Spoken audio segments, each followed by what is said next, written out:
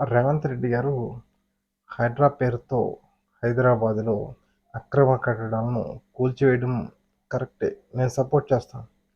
కానీ అవి అక్రమ కట్టడాలు అని తెలియని వాళ్ళు చాలామంది ఉన్నారు సార్. వాళ్ళని కొంచెం కనుకరించండి.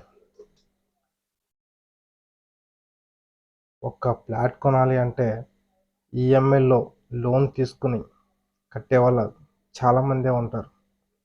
హైదరాబాద్లో ఉన్నదంతా జాబ్ జాబ్ చేసుకునే వాళ్ళు, చిన్న చిన్న బిజినెస్ చేసుకునే వాళ్ళు, వాళ్ళే కదా సార్. ఒక్క షార్ట్ పీరియడ్లో మీరు నోటీస్ ఇచ్చి యాక్షన్ తీసుకోవడం ఎంతవరకు కరెక్ట్ చెప్పండి. కొంచెం కన్సిడర్ చేసి ఒక 6 నెలలు టైం ఇస్తే కనుక వాళ్ళు కొంచెం ముందుగా మేలుకోవడానికి అవకాశం ఉంటుందని నా పర్సనల్ ఒపీనియన్.